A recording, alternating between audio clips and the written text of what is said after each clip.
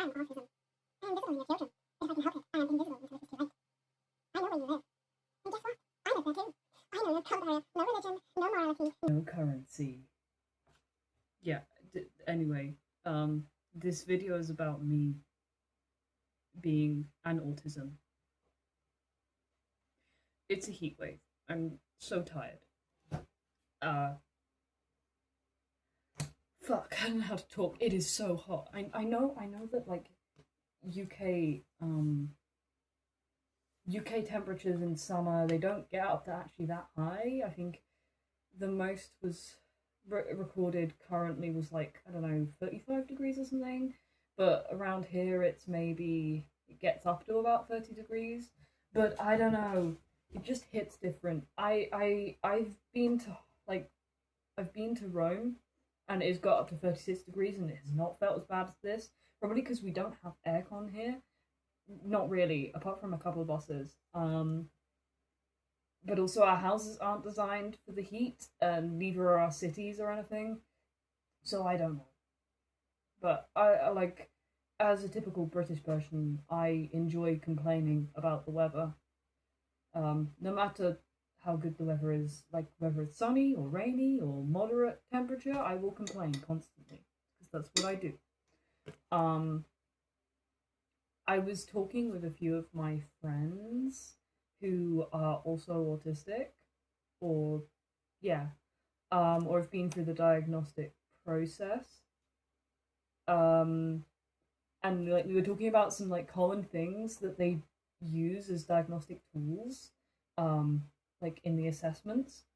And I wanted to talk about that because I want to know if anybody else relates to me, okay? And I want to just talk about it because it's interesting. So I got my like diagnosis a while ago. Maybe 2 years ago. It was around December time, I think. But again, I don't know dates. And it seems like so far away, but also like it was yesterday. So there was like a long meeting with me and one of the practitioners, and then they did a bunch of meetings with my parents where they talked about like my childhood and stuff, and then they compiled it together into a report. It was done through the NHS, so it wasn't like a private assessment. So that was lucky, and I was quite lucky in the sense that I didn't have to wait for like too long. Like it was maybe a year, a bit more, which some people can be waiting for like ages and ages and ages. So I was lucky in that aspect. But I don't know, what was I saying? I got carried away. Oh yeah, they compiled it into like a report, and one thing that was good was they did a quite thorough report. Sometimes, especially with like private assessments, sometimes it can be a bit hit or miss, I suppose, with the reports they give. But ours was quite thorough, maybe because we gave a fair amount of evidence in the assessments. I'm not sure.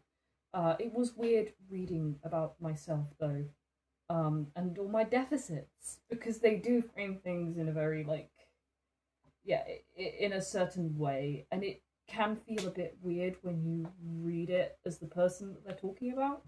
And I understand that's how the that's how they do stuff, but it does feel a bit weird, especially since there are things that I just do and I have done for my life, and it's weird seeing those framed in like a clinical way, like this is clinically significant, you know. But yeah,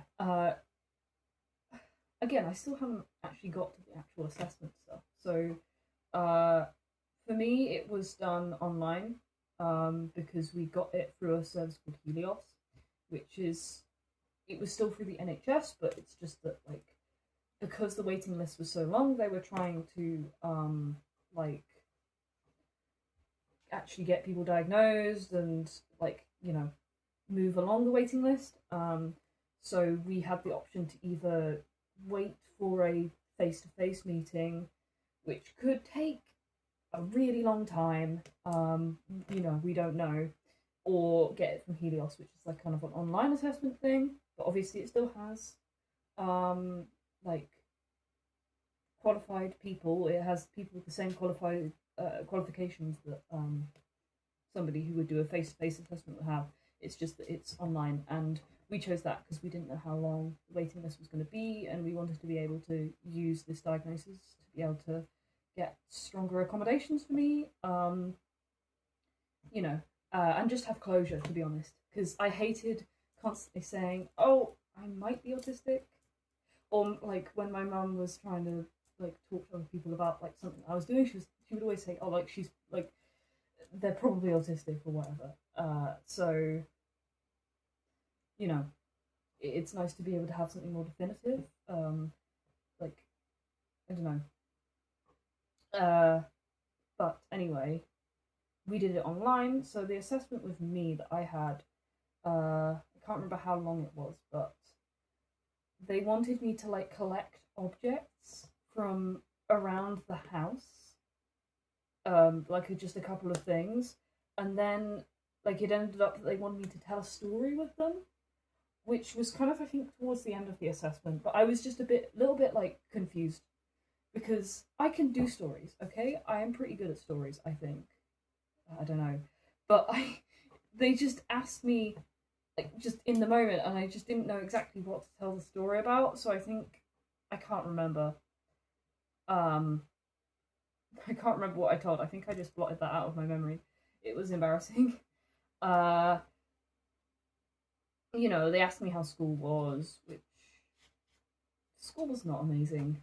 I found out recently that I'm technically in like a specialist provision school, which I didn't like because my old school my old school was mainstream, but this one is specialist provision. It's still like funded by the government, but yeah, specialist provision. Anyway, they showed me like this frog book. Now, I think a lot of people have heard, like, who've had, like, a UK diagnosis, specifically, know about the frog book.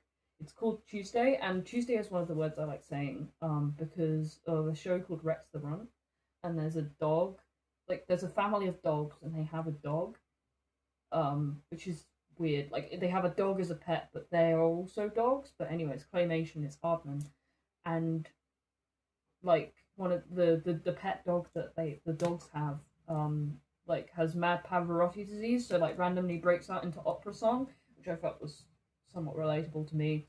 It goes la, la, la, la, and then also it says Tuesday, Tuesday, and that became one of the things that I like saying Tuesday. But I just found it funny that the frog book for my autism diagnosis was called Tuesday, but it doesn't have any words, it only has pictures. And pretty pictures. I did appreciate the illustrations, and I think I said that in the assessment. But like they wanted me to like tell a story based off it. Is this still okay? It's still. I can't actually see anything in this fucking mask, and I have no idea if the camera is continuing because sometimes it just likes to stop, and that would be embarrassing, and then I would have to talk about stuff all over again. Anyway, it's so hot. Anyway, no words. They want you to like tell a story. But again, I was put kind of on the spot, so I didn't really know how they wanted me to tell the story. You know, like where I should describe stuff. So I did end up just kind of describing what was on the pages because that was easiest for me. I pointed out certain details and things. They asked me about like what the frogs might be feeling because they're like this story is like there are frogs floating on lily pads or something. It doesn't have much of a plot. It's just frogs floating on lily pads, and then I think they become normal frogs again. But I did say that I liked how detailed the illustrations were, and they said that I think in the report it said that like I had a pretty good eye for details. That's their words, not mine. I'm actually pretty unobservant because I just don't see the things I need to see, but I see the unimportant things. So I would be a terrible detective, really terrible. That would be an interesting show, though. the detective that just keeps on focusing on completely unimportant details that other people don't see, but again, they're just really unimportant. And like, yeah, uh, I don't engage. I wouldn't be able to like engage autism powers to like solve a murder mystery because I just yeah, it's not my thing. Uh, that would actually be an interesting idea for a TV show.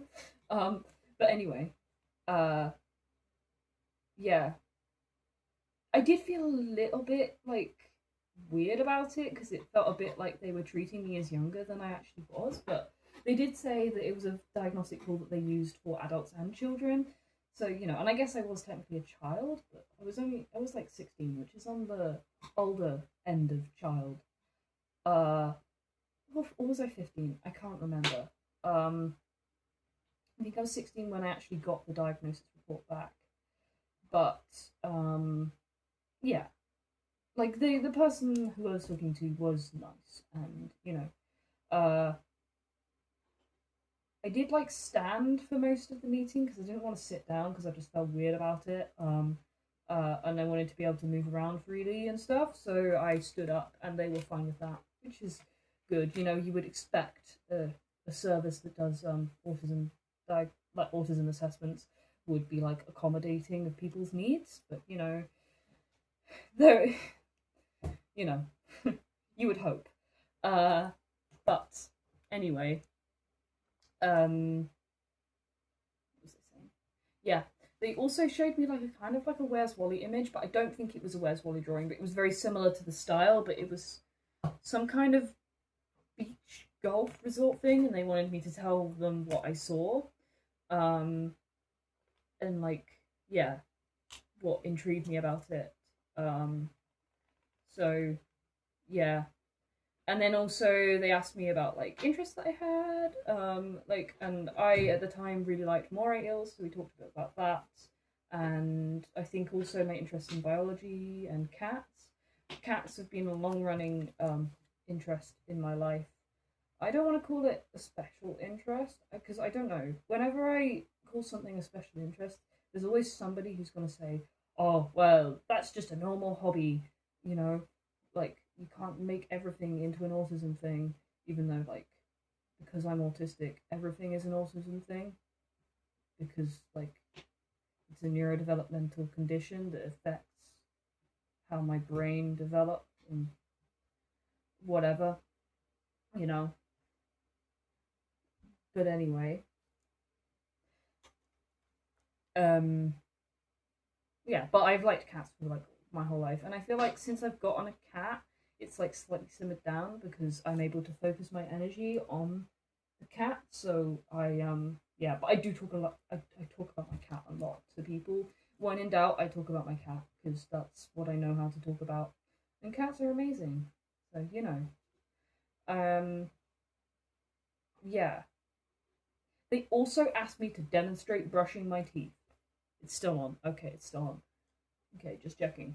They also asked me to demonstrate brushing my teeth, which I was vindicated by this question.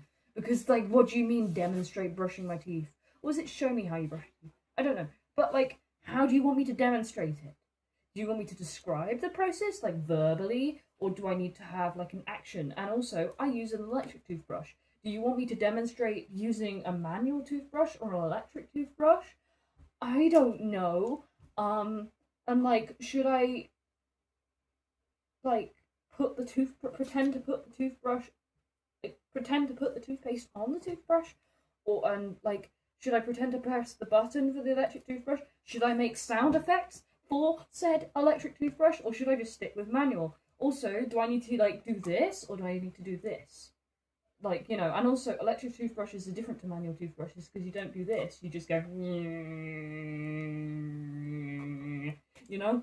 So I didn't know what they were asking me, um, and perhaps that's why they asked the question because maybe not everybody would get as frustrated with that question.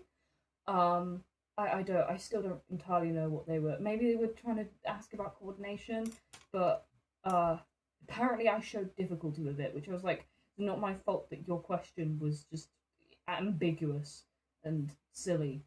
Uh, but I'm sure it did. So it served a diagnostic purpose. I don't know, but whatever.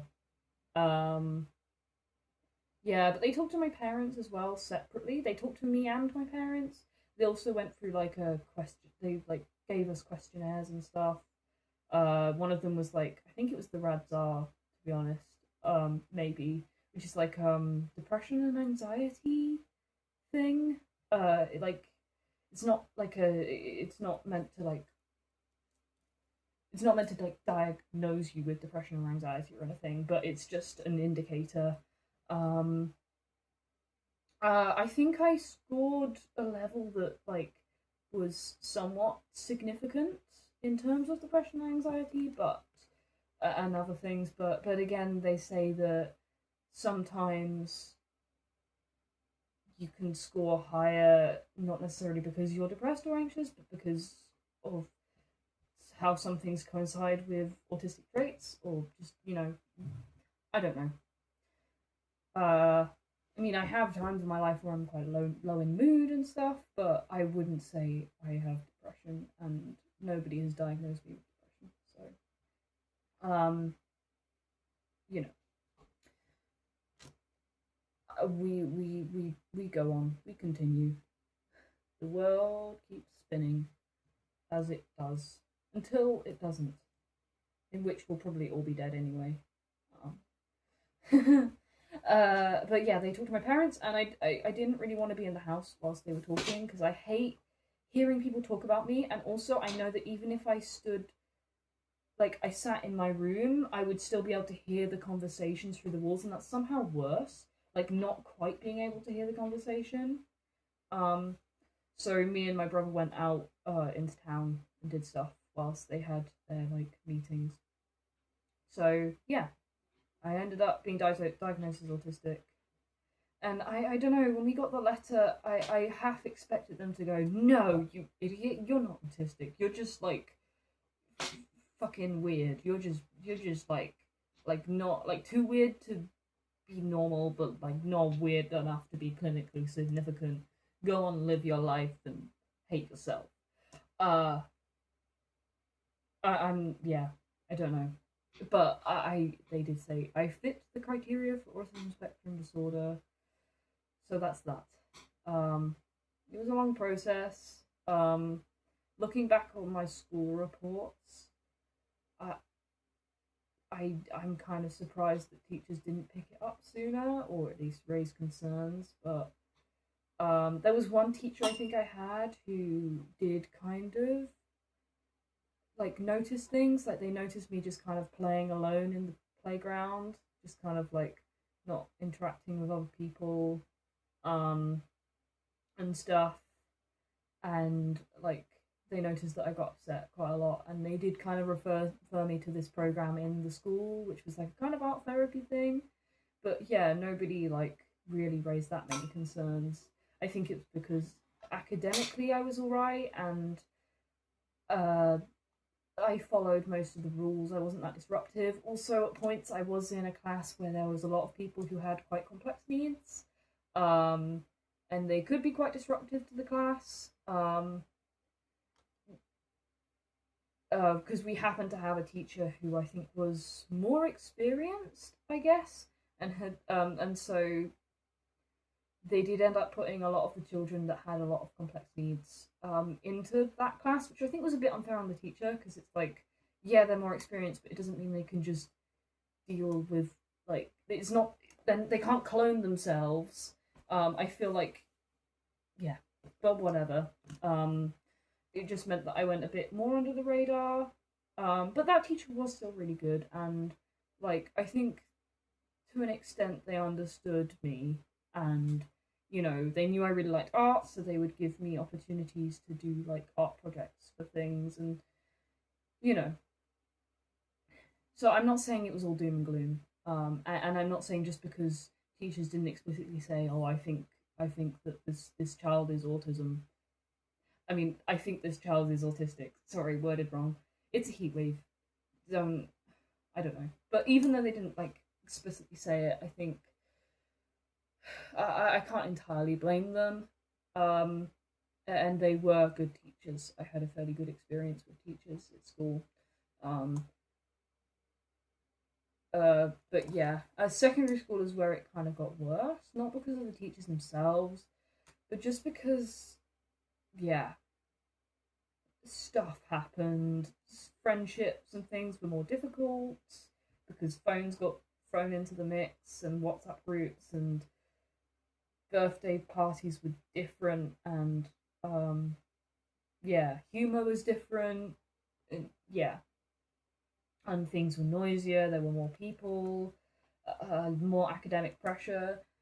I don't know if I'm quite far enough in time away from my old secondary school to really talk about it, and I don't want to complain about them constantly because I don't think it was my school's fault specifically that they couldn't meet my needs. I think the school was designed in a structure that just was not able to meet my needs. It was too big a school. They just didn't have the time for me, and I'm in a better place now.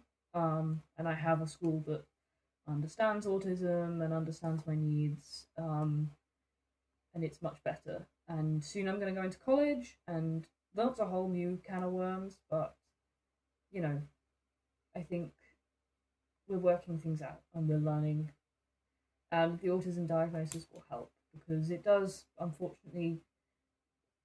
I know that it's difficult for people to get diagnoses due to waiting lists, money, um, but it does help.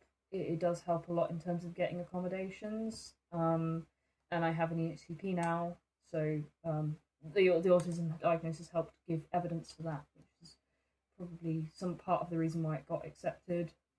But yeah, I'm lucky. I am complaining. I complain about stuff, but I realize that I am actually fairly lucky, and a lot of people have had it worse. Which doesn't necessarily mean my experience is completely invalid and I can't be unhappy, but I just am very aware of the fact that it could have gone a lot worse.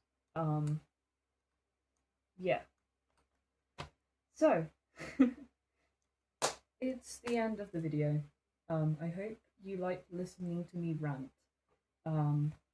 And I don't know, comment about comment if you saw the frog book in your assessment, or like the toothbrush thing, or the like where's Wally picture or whatever. I'd be interested to see, and maybe you've come across things in your assessment that I didn't see, and I want you to talk about those in great detail, please. Info dump to your heart's desires. Bye.